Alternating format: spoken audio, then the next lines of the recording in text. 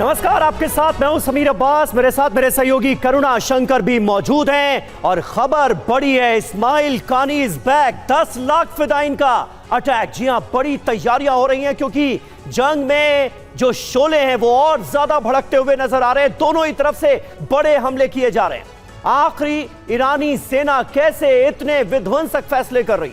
Iran में युद्ध की रणनीति कौन बना रहा है? क्या पर्दे के पीछे इस्माइल कानी है? अमेरिका के ग्राउंड ऑपरेशन के लिए ईरान का नया प्लान क्या है, आपको बताएंगे। लेकिन पहले इस वक्त की बड़ी खबर।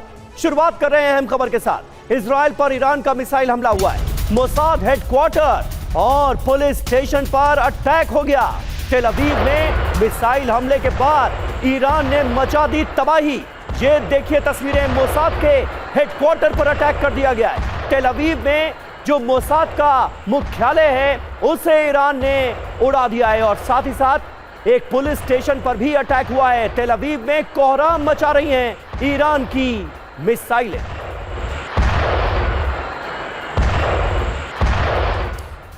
और तेल अवीव में जो हमला हुआ, इसको लेकर एक और बड़ी खबर। ईरान ने यहां पर विध्वंसक हमला किया। ईरानी मिसाइलों ने बड़ी तबाही मचा दी है तेल अवीव के अंदर। इजराइल के दूसरे शहरों पर भी हमले। ये देखिए आप, तेल अवीव में ईरान का एक और विध्वंसक हमला। ईरानी हमले के बाद धमाका और उसके बाद आग की लपटें।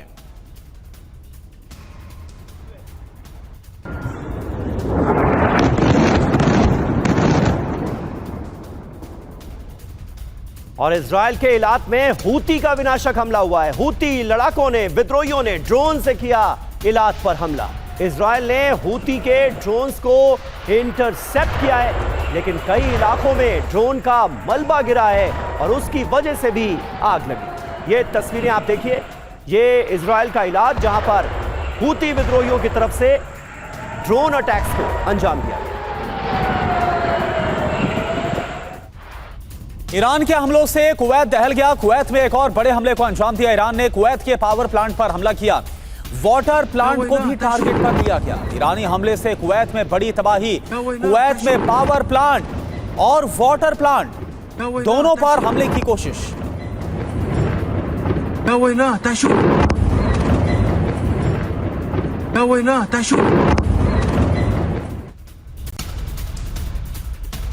और आईआरजीसी ने दावा किया ऑपरेशन ट्रू प्रॉमिस 4 की 87वीं लहर जारी की गई। बेरशेबा में मिसाइल और ड्रोन अटैक की बारिश कर दी गई। नेओट होवाव औद्योगिक इलाके में सबसे ज्यादा बमबारी की गई है। नेगेव में मिलिट्री बेस को निशाना बनाया गया है। कब्जे वाले जेरूसलम और तेल अवीव में डिफेंस सेंटर्स पर हुए हैं हमले।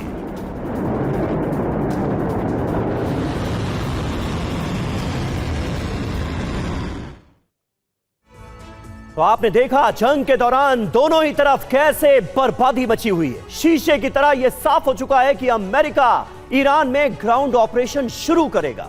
मध्य पूर्व में अलग अलग डिवीजन, अलग अलग यूनिट्स में अमेरिका के 50,000 जवान तैनात कर दिए गए। यह तैनाती ठीक उसी तर्ज पर की जा रही है जिस तरह इराक और अफगानिस्तान में की गई थी। अमेरिका ने जमीनी जंग शुरू की तो यह तय है कि यह युद्ध बहुत लंबा चलेगा और इसलिए पेंटागन योजना बनाने में जुटा है। बिल्कुल, मध्य पूर्व की यह जंग 50,000 बना 10 लाख की हो सकती है, क्योंकि ईरानी फोर्स ने 10 लाख की सेना जुटाने का दावा किया है। ईरान में बड़े पैमाने पर सेना में भर्तियां भी हो रही हैं। जिस यूनिट में नए सैनिकों की भर्तियां की जा रही है उसे जां फिदा यूनिट कहा जा रहा है। इस यूनिट को सिर्फ एक टास्क दिया गया है और वो ये कि मारो या मरो। और देखिए ये बड़ी खबर है और इस पर बात करने के लिए हमारे साथ इस वक्त दो बहुत खास मेहमान स्टूडियो में मौजूद हैं। मेजर जनरल अश्विनी सिवाच बतौर डिफेंस एक्सपर्ट हमारे साथ इस वक्त मौजूद हैं और पूर्व राजदूत जेके त्रिपाठी भी हमें ज्वाइन कर रहे हैं। आप दोनों का स्वागत है। और साथ ही साथ मुझे नजर आ रहे हैं मेरे सहयोगी मनीष झा, जो कि तेल अवीव से, वॉर जोन से इस वक्त हमारे साथ लाइव कनेक्ट हो चुके हैं। आप सभी का स्वागत है। बातचीत की शुरुआत करें उससे पहले एक और बड़ी खबर, और यह है जुड़ी हुई आईआरजीसी से। आईआरजीसी की मिसाइल साइट्स पर हमले हुए। अमेरिका और इजराइल ने इन्हें टारगेट किया है। हवाई हमलों में ईरान को बड़ा नुकसान पहुंचा है। ये देखिए आईआरजीसी की मिसाइल साइट्स को कैसे अमेरिका और इजराइल ने हमले करके नष्ट कर दिया। और एक और बड़ी खबर, ईरान के तबरीज में बड़े हमले का वीडियो सामने आया। इजरायल का तबरीज पर मिसाइल से हमला। तबरीज पेट्रोकेमिकल संयंत्र में धमाका हुआ। तो ये देखिए आप, तबरीज पर मिसाइल से हमला और पेट्रोकेमिकल संयंत्र है, यहां पर हमला हुआ है।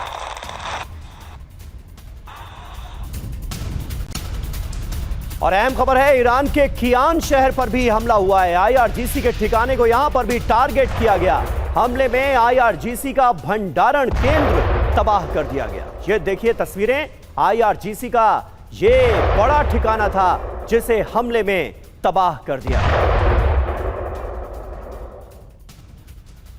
और एक और बड़ी खबर, ईरान का इजराइल पर पलटवार हुआ है। दक्षिणी इजराइल के नेगेव में फिर से हमला हुआ। एयर स्ट्राइक के बाद बज उठे सायरन। नेगेव के पहाड़ी इलाके में सबसे ज्यादा नुकसान की खबर है। एयर डिफेंस सिस्टम ने हमला रोकने की कोशिश की। पहाड़ी इलाके में सबसे ज्यादा नुकसान हुआ है। ये देखिए आप, तस्वीरें इस वक्त आपको दिखा रहे हैं नेगेव में, जहां पर हमला किया गया। हालांकि इस हमले को रोकने की कोशिश की गई है। दक्षिणी इजराइल की तस्वीर है। दक्षिणी इजराइल के नेगेव में फिर से हमला। एयर स्ट्राइक के बाद यहां पर सायरन बज उठे। और एक और बड़ी खबर, युद्ध के बीच ईरान में सरकार और सेना के बीच फूट पड़ गई है। राष्ट्रपति मसूद पेजेश्कियान और आईआरजीसी में तीखी बहस। आईआरजीसी अमेरिका से युद्ध को जारी रखने के पक्ष में है, लेकिन पेजेश्कियान अब इस युद्ध को खत्म करना चाहते हैं। इजरायली चैनल C14 के हवाले से यह खबर। तो जब दो देशों के बीच जंग छिड़ती है तो इंफॉर्मेशन वॉरफेयर का भी इस्तेमाल किया जाता है। और अब इजरायल के चैनल में देखिए क्या दावा किया जा रहा है पेजेश्कियान के ताल्लुक से। उन्हें बंधक बताया जा रहा है। मैं बंधक हूं। पेजेश्कियान ने कहा, मुझे लगता है कि मैं एक बंधक की तरह हो गया हूं। मेरा काम सिर्फ आईआरजीसी की स्क्रिप्ट पढ़ना है।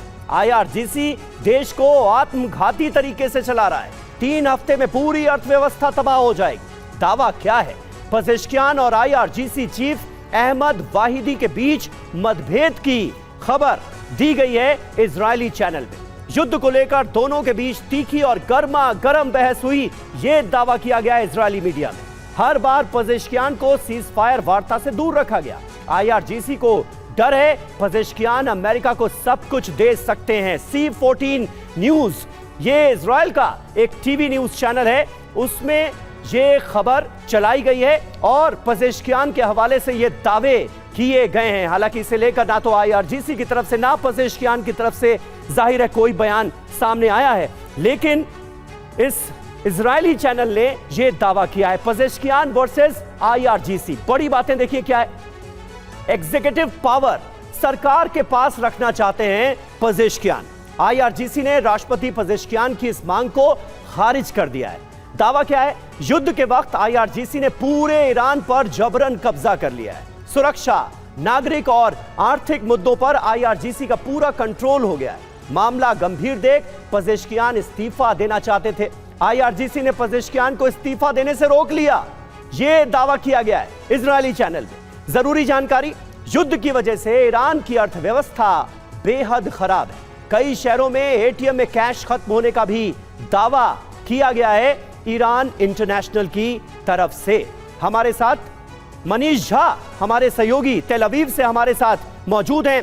मनीष, इजरायली चैनल के इस दावे में कितना दम नजर आता है? क्योंकि जाहिर है ईरान की तरफ से ना तो कोई कॉन्फर्मेशन हुआ है ना आगे होगा, लेकिन आईआरजीसी और ईरान के राष्ट्रपति मसूद पेजेश्कियान के बीच सब कुछ ठीक नहीं चल रहा है। मतभेद उभर कर सामने आ गए हैं। क्या लगता है आपको, इन दावों में कुछ दम है या फिर इसे इंफॉर्मेशन वॉरफेयर का हिस्सा माना जाए? देखिए समीर, सबसे बड़ी बात है कि पिछले कुछ दिनों में अगर आप देखें तो ईरान के राष्ट्रपति मसूद पेजेश्कियान, जिनकी एक इमेज थी कि वो काफ़ी उदार हैं, आर्थिक सुधार को आगे बढ़ाना चाहते हैं, और ऐसी स्थिति में पिछले कुछ दिनों में उनकी भूमिका बहुत कम दिखाई दे रही है। तो कम से कम व्यवहारिक तौर पर भी अगर देखें तो लगता है कि कुछ तो गड़बड़ है मसूद पेजेश्कियान और आईआरजीसी के बीच में।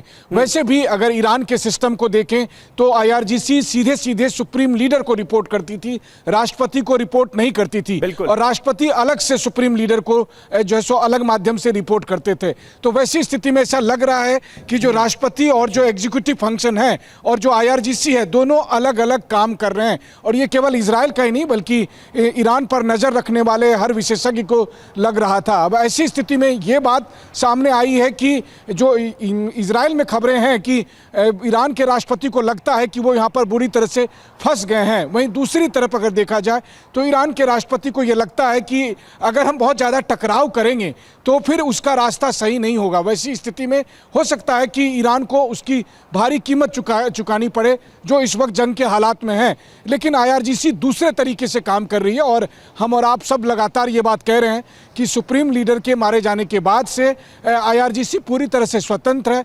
और इसका प्रमाण सबसे बड़ा यही है कि IRGC की तरफ से केवल इजराइल पर हमले नहीं हो रहे हैं बल्कि पड़ोसी मुल्कों पर, खाड़ी देशों पर भी हमले हो रहे हैं। और न केवल अमेरिकी सैन्य बेसों में बल्कि अब तो वाटर सैलिनेशन प्लांट से लेकर दूसरी और तमाम जगहों पर हमले हो रहे हैं। उससे ये लग रहा है कि IRGC का एक बड़ा तबका जो है वो स्वतंत्र रूप से काम कर रहा है, वो अपनी मनमानी से काम कर रहा है, बजाय वो ईरान के राष्ट्रपति या ईरान की सरकार के साथ सामंजस्य बिठाकर एक संतुलित रणनीति के साथ आगे बढ़ने के। ठीक है, यानी आपका जो कहना है मनीष कि फिलहाल मसूद पेजेश्कियान एक तरह से राष्ट्रपति तो हैं, लेकिन अभी युद्ध लड़ने के लिए पूरी जो कैपेसिटी है और जो पूरी ताकत है वो IRGC के पास है और अभी इसका कोई खास फर्क पड़ता हुआ नजर नहीं आ रहा है। ईरान की सरकारी इमारतों पर हमला हुआ है, हवाई हमले के बाद सरकारी इमारतों को भारी नुकसान पहुंचा है। एयर स्ट्राइक के बाद इमारत में आग लग गई। सरकारी इमारतों पर हमला ईरान में, सरकारी इमारत में कैसे आग लगी है आप देख पा रहे हैं।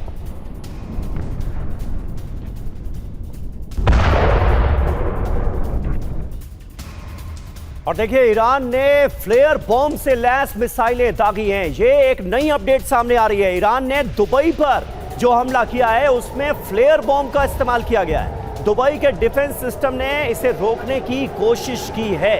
ये तस्वीरें आप देखिए किस तरह से फ्लेयर बॉम्ब का इस्तेमाल किया गया है दुबई पर ताजा हमले में ईरान की तरफ से। और एक और बड़ी खबर, इजराइल के हमलों के बाद ईरान दहल गया। तेहरान में कई इलाकों पर हमला हुआ। मेहराबाद हवाई अड्डे के पास एक बार फिर से धमाका हुआ। मेहराबाद एयरपोर्ट के पास जो धमाके की तस्वीर है वो आप देख पा रहे हैं।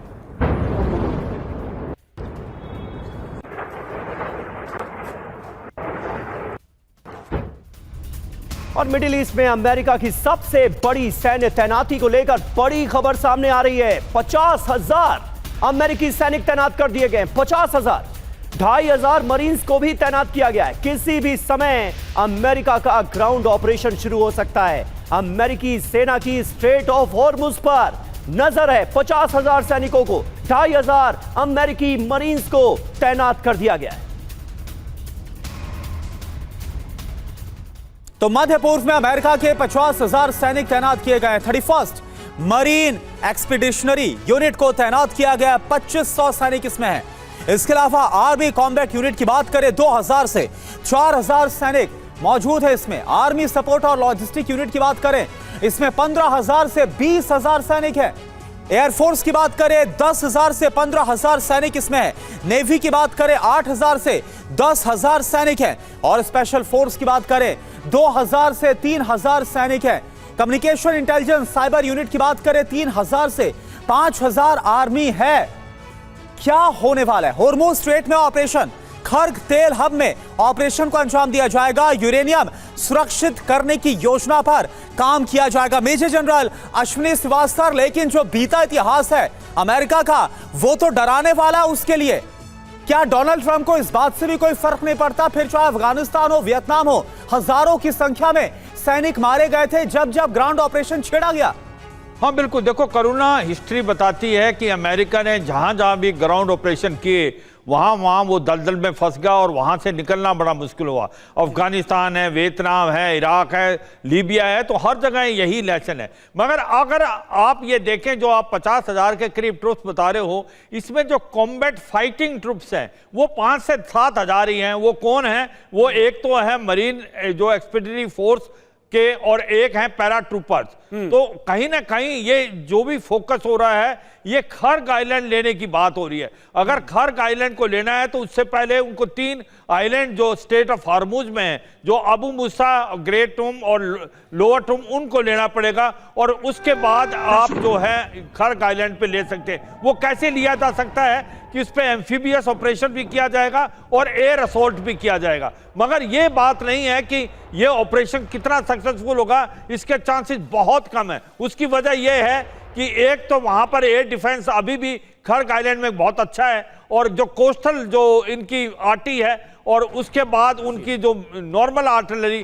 ड्रोन, मिसाइल, क्या अमेरिका वहां पर अपने आप को सुरक्षित रख पाएगा, यह कहना बिल्कुल बहुत मुश्किल है, क्योंकि यह सच्चाई है कि मेनलैंड से खर्ग आइलैंड 25 से 30 किलोमीटर है। तो यह सच्चाई है। अगर अमेरिका खर्ग आइलैंड लेने की कोशिश करेगा, पहली बात यह ऑपरेशन बहुत कॉम्प्लेक्स है, इसके सक्सेस होने के चांसेस कम है, और दूसरा वहां पर हैवी कैजुअलिटी अमेरिका को होगी। क्या अमेरिका की पब्लिक बॉडी बैग्स लेने को तैयार है, यह सबसे इंपॉर्टेंट चीज। बिल्कुल सही बात है सर, तमाम एक्सपर्ट्स यही बात कहते हुए नजर आ रहे हैं। अमेरिका से युद्ध के लिए जां फिदा यूनिट तैयार कर ली गई है। भर्ती के लिए पूरे ईरान से युवा उमड़ रहे हैं। ईरानी न्यूज एजेंसी तस्नीम के हवाले से यह बड़ी खबर सामने आ रही है, यानी अमेरिका अगर 50,000 सैनिकों को भेजेगा तो जां फिदा यूनिट के 10 लाख जवान उनके लिए तैयार किए जा रहे हैं, जो कि जान देकर अपने वतन की हिफाजत करेंगे। तो ईरान का ऑपरेशन जां फिदा आखिर है क्या, यह आपके लिए जानना जरूरी है। क्या रणनीति तैयार की गई है, देखिए 10 लाख सैनिकों की इसके जरिए भर्ती हो रही है। फिदाइन की तरह यह काम करेंगे। यूनिट का नाम है जां फिदा। बासिज मलेशिया में भर्ती की जा रही है। जी हां, आईआरजीसी और सेना में इनकी भर्ती होगी। रेडी टू अटैक मोड में रहेंगे। बड़ी तादाद में युवा आगे आ रहे हैं। जां फिदा का ऑटोमन कनेक्शन भी सामने आया है। ऑटोमन साम्राज्य में जां निसार समूह होता था। जां निसार की तर्ज पर ईरान में जां फिदा यूनिट बनाई गई है। शासक के लिए जान देने के लिए बना जां निसार। ऑटोमन साम्राज्य में जां निसार के लड़ाकों को लंबी जंग में भेजा गया। जां निसार लड़ाके मरने मारने में देर नहीं करते थे और अब इन्हें भारी संख्या में न सिर्फ भर्ती किया जा रहा है, बल्कि आने वाले वक्त के लिए अगर अमेरिका ग्राउंड ऑपरेशन शुरू करता है, 50,000 सैनिक ईरान में भेजता है, तो उनके लिए इन्हें तैयार किया जा रहा है। सेंट्रल तेल अवीव से जहां पर ईरानी मिसाइल गिरी है और रिहायशी इलाकों पर ईरानी अटैक हुआ, हमले में कई गाड़ियों में आग लग गई। ये देखिए आप, सेंट्रल तेल अवीव की ये तस्वीरें हैं जहां पर ईरानी मिसाइल आकर गिरी है, यानी कि इजराइल का डिफेंस सिस्टम इस मिसाइल को रोक नहीं पाया।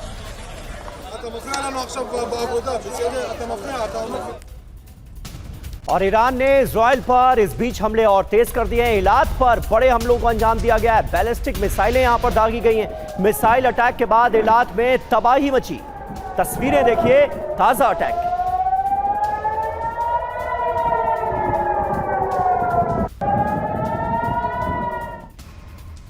और एक और बड़ी खबर, ईरान में ग्राउंड ऑपरेशन पर डोनाल्ड ट्रंप का बयान।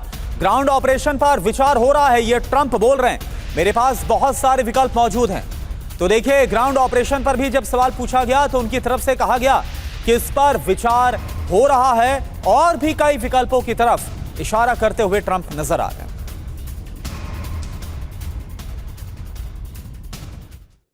और अमेरिकी राष्ट्रपति डोनाल्ड ट्रंप का बड़ा बयान, ईरान के साथ युद्ध में हम काफी आगे पहुंच गए हैं, हमारे लिए हर विकल्प खुले हैं, तय समय से हम काफी आगे चल रहे हैं, ये कहा है ट्रंप ने। और एक और बड़ी खबर, इजराइल के बीर शेवा से जहां पर भीषण हमला हुआ, ईरान ने केमिकल प्लांट को टारगेट किया। बीर शेवा में खतरनाक रिसाव का खतरा है, लोगों को घर के अंदर रहने की सलाह दी गई।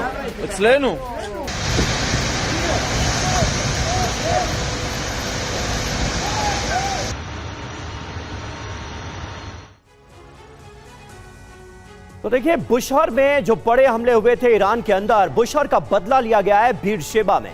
इजराइल में केमिकल खतरा पैदा हो गया है। बदला कैसे लिया गया? ईरान ने 5 एटमी प्लांट पर हमले का इंतकाम लिया। बीरशेबा में केमिकल प्लांट को टारगेट करके हमले किए गए। केमिकल लीक की आशंका से इजराइल में इस वक्त भीषण खौफ है। प्लांट के पास रहने वाले लोगों को घरों में रहने की अपील की गई। अब बीरशेबा की बात करें तो यहां पर आखिर कौन सी फैक्ट्री, आप जानिए। यहां पर केमिकल फैक्ट्री है, कीटनाशक और जो फर्टिलाइजर की फैक्ट्री है वो यहां पर है। बड़ी बात क्या है, इलाके में कई तरह के केमिकल की 19 फैक्ट्रियां मौजूद हैं। और हमारे साथ मनीष झा हमारे संवाददाता तेल अवीव से जुड़े हैं।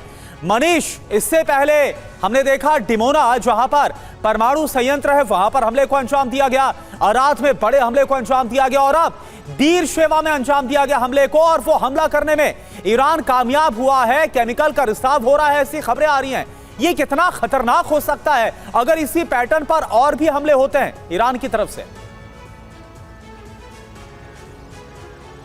बिल्कुल, देखिए, इजराइल का बीर सेवा, जिसे आप इजराइल का इंडस्ट्रियल कैपिटल कह सकते हैं, और जब बीर सेवा के एक केमिकल प्लांट पर अटैक हुआ, ठीक उसके तुरंत बाद TV9 की टीम वहां पर पहुंची थी और हमारे सामने में प्लांट में आग लगी हुई थी, धू धू कर जल रहा था। बल्कि अगर आपको मैं कहूं तो जो इजराइल के फायर ब्रिगेड की तरफ से लगातार कोशिश करने के बावजूद स्थिति को पूरी तरह से काबू में करने में कई घंटे लग गए थे। तो वो एक बड़ा अटैक था, इसमें कोई दो राय नहीं, क्योंकि इजराइल का सबसे बड़ा केमिकल प्लांट और उस पर सीधे ईरानी मिसाइलों से डायरेक्ट हिट किया गया था। मतलब अगर आप देखें तो इस एक महीने के जंग में अगर कुछ ऐसी जगह जहां पर मिसाइल ने स्ट्रेटेजिक लोकेशन पर जाकर डायरेक्ट हिट किया है इजराइल में, तो उसमें से एक जगह बीर सेवा है। और इतना ही नहीं, बल्कि आपको मैं कहूं कि केमिकल प्लांट से रिपोर्टिंग करने के बाद जब हम लौट रहे थे तो फिर अचानक ही ईरान की तरफ से हमले हुए और फिर बीर सेवा के अलग अलग ठिकानों को जो है सो टारगेट करके ये हमले किए गए थे। कुल मिलाकर बीर सेवा में 20 से अधिक जगहों पर नुकसान पहुंचा है इन ईरानी हमलों की वजह से। सबसे बड़ी बात यह है कि अगर आप देखें कि तेल अवीव या डिमोना के अलावा अगर किसी स्ट्रैटेजिक जगह पर सबसे अधिक हमले हुए हैं तो वो बीर सेवा है। जी बिल्कुल, ठीक है, बिल्कुल मनीष, बने रहे आप हमारे साथ। तेल अवीव से मनीष झा हमारे सहयोगी हमारे साथ मौजूद हैं। और मनीष, हम देख सकते हैं इस वक्त तेज बारिश भी वहां पर हो रही है। एक तरफ तो ईरान से हमले लगातार जारी हैं, बम बारूद की बारिश हो रही है, और दूसरी तरफ बारिश भी होती हुई हमें नजर आ रही है। बहरहाल आगे बढ़ेंगे। तेहरान और करास पर हवाई हमले हुए हैं, लड़ाकू विमानों ने की है भीषण बमबारी। ईरान के एनर्जी प्लांट को किया गया है टारगेट। ये देखिए, अब तस्वीरें आपको दिखाने जा रहे हैं तेहरान और करास की, जहां पर ताजा हवाई हमले हुए हैं। खासा नुकसान उठाना पड़ा है इन हमलों में ईरान को। तस्वीरें आपके सामने, लड़ाकू विमानों की तरफ से भीषण बमबारी की गई, एनर्जी प्लांट को भी किया गया टारगेट।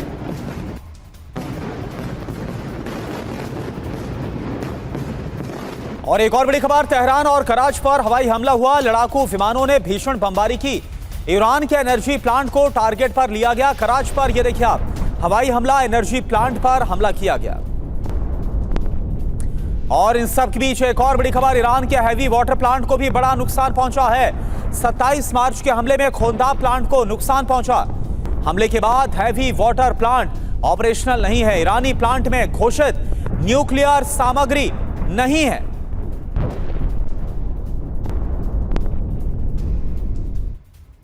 और ईरान की ऑपरेशनल तैयारियों से जुड़ी बहुत बड़ी खबर है। ईरान में इस्माइल कानी संभाल रहे हैं युद्ध का मोर्चा। कुड्स फोर्स के चीफ हैं इस्माइल कानी। टॉप कमांडर्स के मारे जाने के बाद कानी को यह अहम जिम्मेदारी मिली है। पर्दे के पीछे रहकर रणनीति तैयार कर रहे हैं इस्माइल कानी।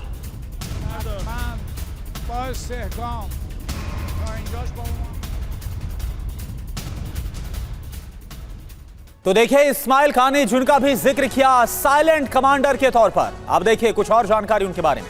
फ्रंटलाइन जनरल की तरह इस्माइल कानी काम करते हुए नजर आ रहे हैं। अंडरग्राउंड रहकर मोर्चे पर वो लगातार डटे हुए हैं। और इसके अलावा खबर ये, IRGC ईरानी सेना के बीच की एक कड़ी के तौर पर भूमिका निभा रहे हैं। जी हां, नेटवर्क वॉरफेयर की रणनीति पर काम हुआ है। कम हाई प्रोफाइल हैं लेकिन लगातार एक्टिव हैं। पर्दे के पीछे से सारी रणनीति यही बना रहे हैं। ये खबर सामने आ रही है, कैसे मोर्चा संभाल रहे हैं, हमलों की टाइमिंग तय कर रहे हैं। इंटेलिजेंस और कोऑर्डिनेशन पर खासा काम हो रहा है। लॉजिस्टिक्स और हथियार सप्लाई पर जोर दिया जा रहा है। प्रॉक्सी नेटवर्क को एक्टिव रखे हुए हैं। और ऐसे में इस्माइल कानी इस वक्त एक मजबूत कड़ी बनकर उभरते हुए नजर आ रहे हैं ईरान के रक्षा कवच के तौर पर। एक और अहम खबर है, इराक के बगदाद में बड़ा हमला हो गया। ईरान समर्थित ग्रुप का हमला, बगदाद एयरपोर्ट के पास हुआ अटैक। लॉजिस्टिकल सपोर्ट कैंप को ताजा हमले में किया गया टारगेट। ये देखिए तस्वीरें, ईरान समर्थित ग्रुप पर हमला। ईरान युद्ध के बीच अमेरिका का बहुत बड़ा फैसला। मध्य पूर्व से इजराइल शिफ्ट करेगा अपने बेस। ईरानी हमलों की आशंका के बीच यह फैसला लिया गया। युद्ध के बाद नए सिरे से सैन्य बेस को तैयार किया जाएगा, तो मध्य पूर्व से इजराइल शिफ्ट किया जाएगा। जो सैन्य बेस है, इसको लेकर यह बड़ा फैसला अमेरिका की तरफ से कि ईरान में हमारे सारे लक्ष्य जो हैं वो पूरे हो गए हैं। उससे तो अंदेशा ये मिल रहा था कि कहीं ना कहीं अब अमेरिका भी जल्द से जल्द इस जंग को वाइंड अप करना चाहता है, लेकिन ये तैयारियां तो कुछ और ही कहानी कह रही हैं सर। कैसे डिकोड करेंगे?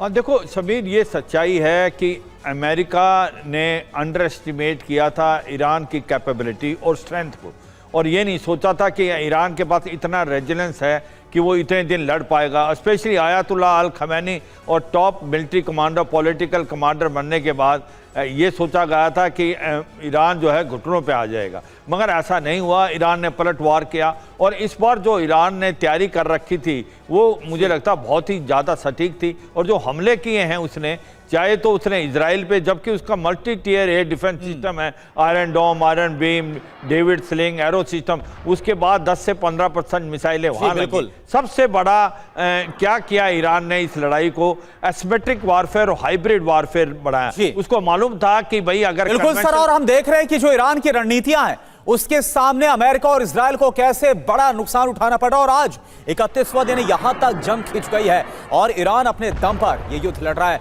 आप सभी का बहुत बहुत शुक्रिया अभी के लिए इस पूरी जानकारी के लिए।